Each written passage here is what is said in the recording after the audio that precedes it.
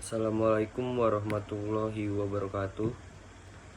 Pertama, perkenalkan, nama saya Revido Azril Absyal, NIM 235. Di sini saya akan menjelaskan mind mapping mengenai macam-macam hak atas tanah, yaitu pasal 16 UU PA nomor 5 tahun 1960. Yang pertama, pasal 16 ayat 1 UU PA. Yang dimaksud itu adalah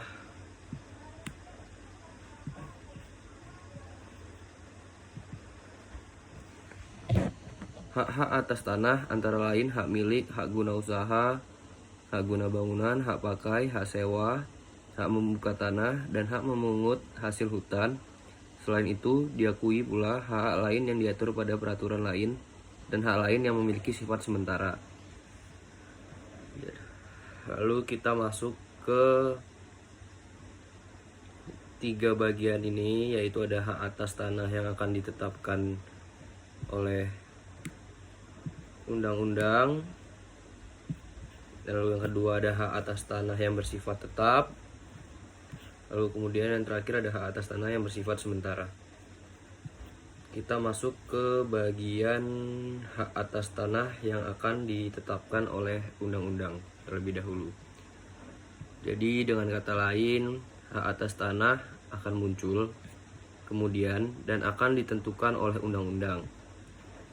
Jadi hak atas tanah yang disebutkan dalam pasal 16 dan pasal 53 Undang UU PA pada dasarnya tidak dibatasi. Dengan kata lain, selain hak atas tanah yang diatur dalam UU PA, masih memungkinkan terciptanya hak atas tanah baru dan diatur secara khusus dengan undang-undang. Lalu kita masuk yang kedua, yaitu ke hak atas tanah yang bersifat tetap. Jadi hak atas tanah yang bersifat tetap itu hak atas tanah hak yang tetap ada selama UU PA masih berlaku atau belum dicabut dengan undang-undang yang baru. Seperti contohnya itu ada hak guna usaha, hak milik, hak membuka tanah, dan hak memungut hasil dan HGB. Lalu kita masuk ke yang terakhir dari bagian macam-macam hak atas tanah yang terdapat pasal 16 UU PA nomor 5 tahun 1960 ini. Yang terakhir itu ada hak atas tanah yang bersifat sementara. Jadi hak atas tanah yang bersifat sementara yaitu hak dalam waktu yang sebentar, akan dihapus dikarenakan mengandung sifat-sifat pemerasan, mengandung sifat-sifat feudal dan bertentangan dengan jiwa UU PA.